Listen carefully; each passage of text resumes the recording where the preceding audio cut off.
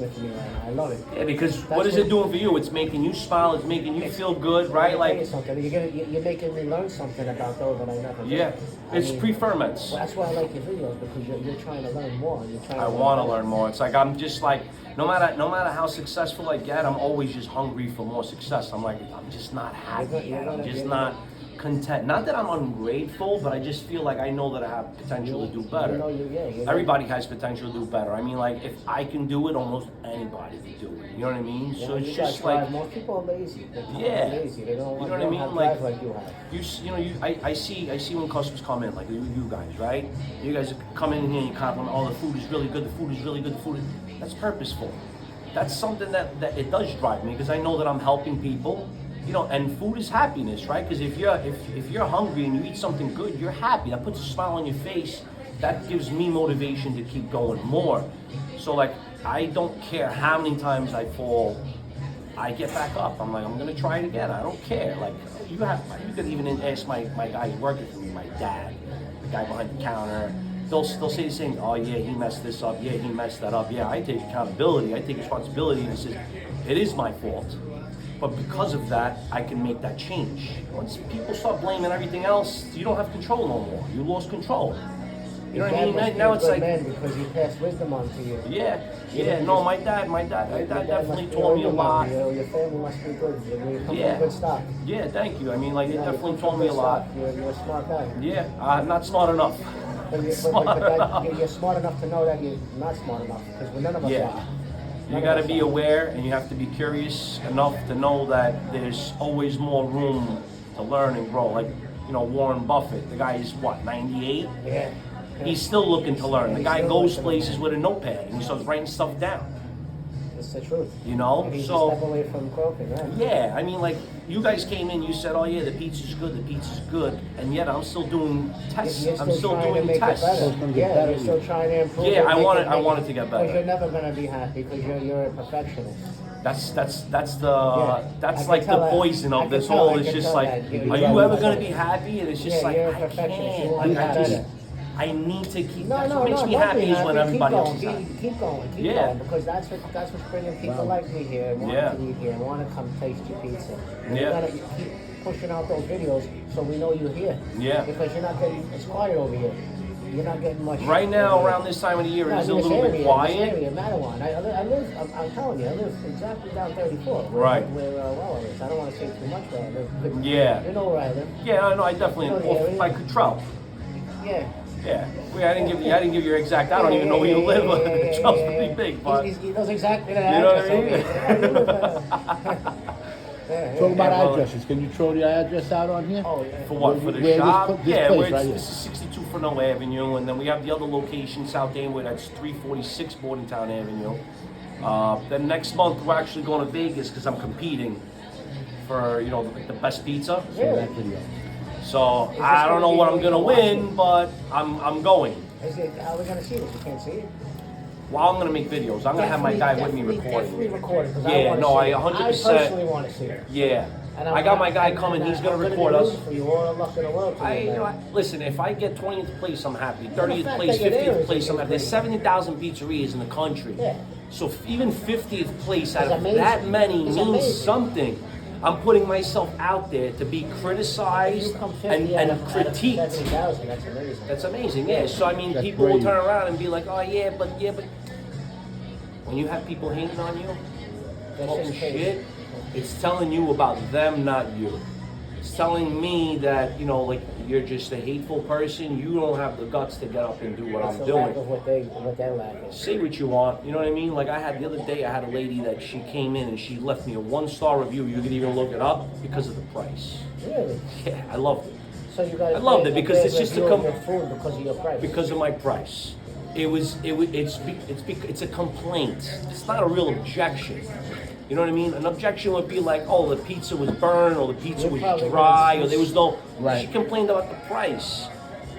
Maybe I'm not your pizzeria. Maybe your pizzeria is up the block. Yeah. Maybe, you know what I mean? There's nothing wrong with that. That's why the Domino's exists. The 2 for $5 with the soda, $5, no problem. Like I can't be mad and judgmental at those people that can't afford it. You know what I mean? But I'm out I'm not trying to give people the best price. I'm trying to give people the best food, the best quality. But you know, unfortunately, we live in a society where if you want the best, you got to pay for it. That's $50 a bag right there. That Petra 9, it's 10 kilos, half the size that Petra 9 there. It costs just as much as that 25 kilo bag. That's a whole wheat tipo uno from Italy. Both of those flours are from Italy. How many pounds is your pie? 1 pound pie? Or It's a 20. So okay, so this one right here, this is 568 grams. This is 568 grams, but my new dough that I just started making on Saturday is about 650 grams. So you gotta actually, you gotta price your dough by your grams. You got you're pricing off of grams and off of the flour. When you do everything by gram, it's more accurate. Yes. If you do everything by ounce, if you're off by an ounce, you'll make a big mistake. If you're off by 5-10 grams, it's not a big deal. You know, because grams is a lot more accurate. It's a lot smaller. So when I'm weighing my dough, it could be anywhere from 645 to 655, and you're still in that ballpark. So I take all my ingredients, I break them all down, weight, even the water. See, the bag of flour is 25 kilos, but then people also forget, what about the water? The water weighs 65% hydration, so that water is about like 12 kilos, so you add that on top of the total mass of the dough. And this 50-pound bag, how many pies you get out of that? So I have a 55-pound bag, 33 doughs I get just in flour weight. I'd say about like 58 to 60. 58 to 60 dough balls I'll get out of the whole bag of flour. Which one? I seen one of your videos. Have you mixed them? Oh yeah, I just bought a spiral mixer. I had to. That makes a big difference. Yeah, so like when you're dealing with like these natural doughs that don't have bromate in them, you need to build up the strength. It not really so much air, it's more temperature controlled. It doesn't heat up the dough as much, because if the dough goes past a certain temperature, then you'll break the gluten. So what that machine does is it strengthens the gluten, because you're naturally making gluten. With the old truck bag, you know what I mean, that most pizzerias use, there's bromate in there, it does that for you. It's like glue. It doesn't really matter how you make it, how you mix it, the time and stuff like that really. They just roll it up, put it in the bins, and it's done.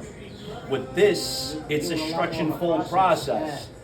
It's auto lease. You mix your dough, you mix the flour and the water. It's a lot more work, actually. You know what I mean? And you mix that for 5 minutes, you cover it, and you let it sit there off for like 30 minutes, 20 minutes, and you let the flour start sucking in all the water, as much water as possible.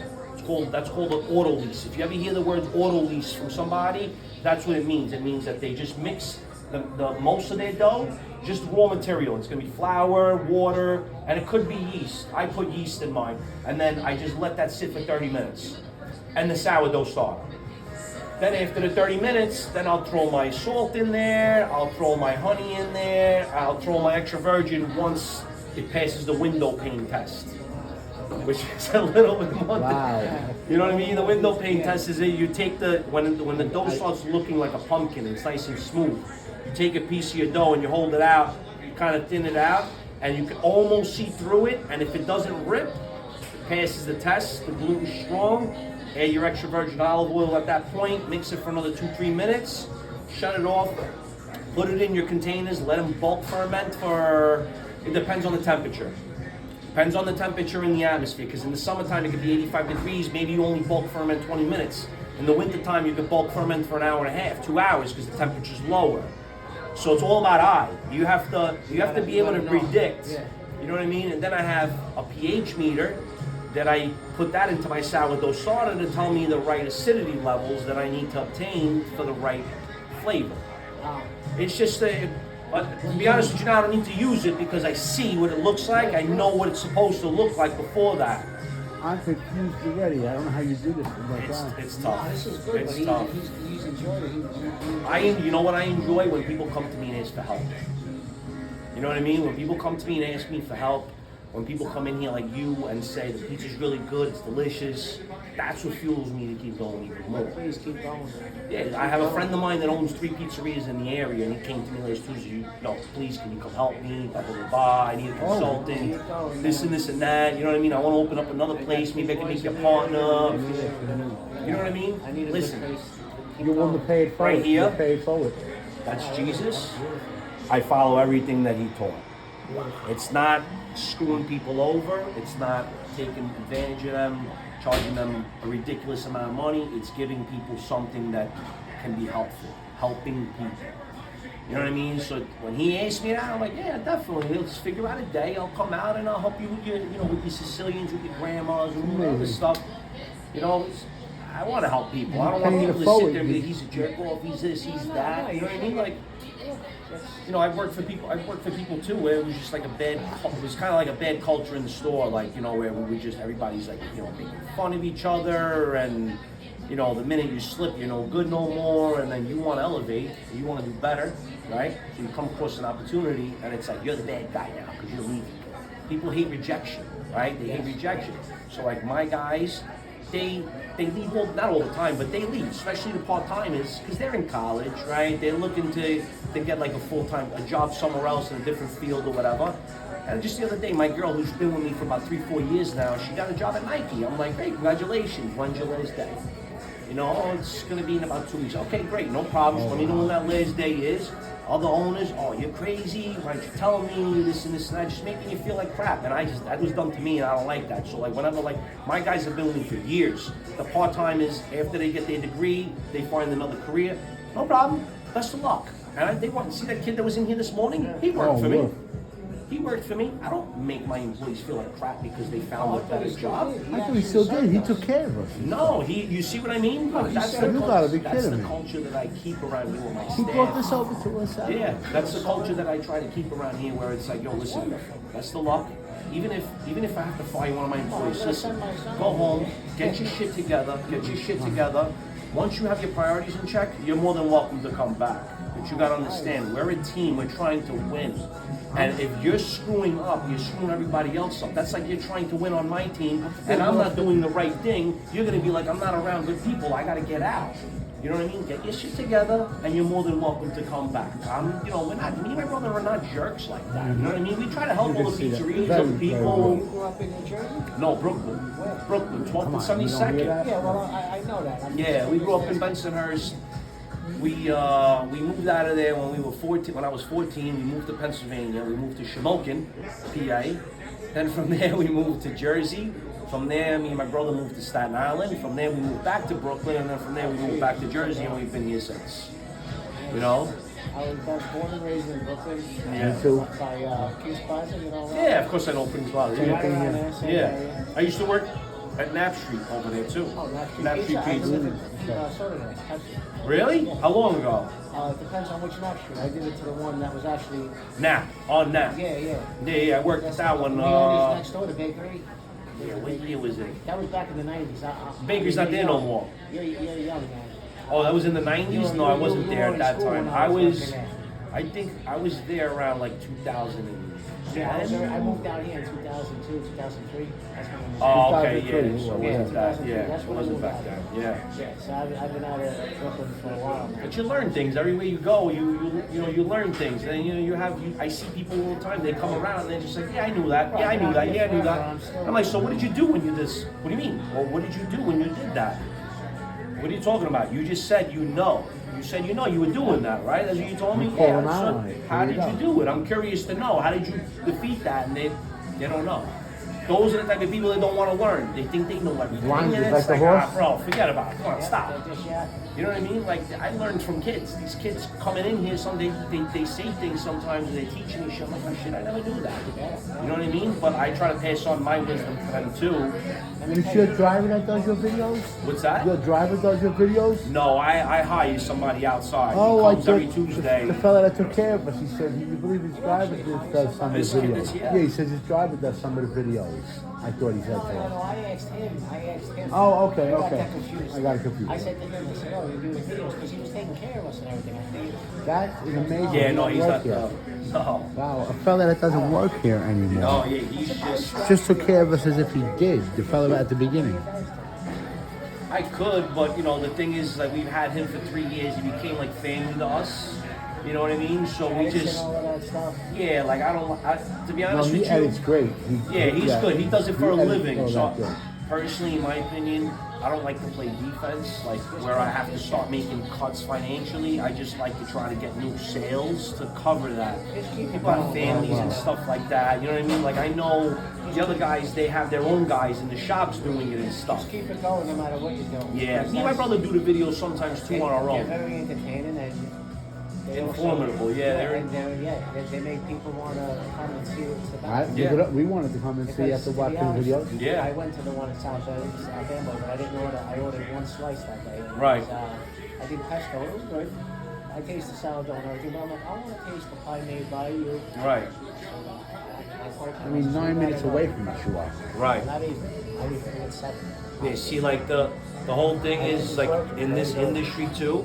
Everybody, you can talk to anyone. Oh, I guarantee you can almost talk to anyone, and they all say, "Oh, the pizza's all the same in all my stores. It's all the same. It's all the same. It's all the same."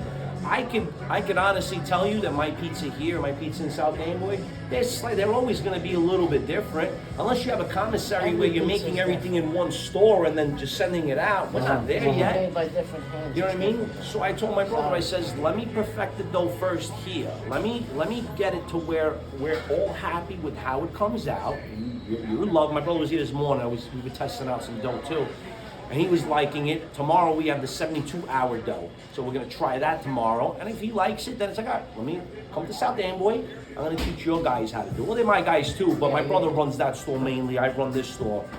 And I would teach them how to make the dough that way. Even still, it's never gonna be the same. And that's what I love, because I can teach you a recipe, I can give you my exact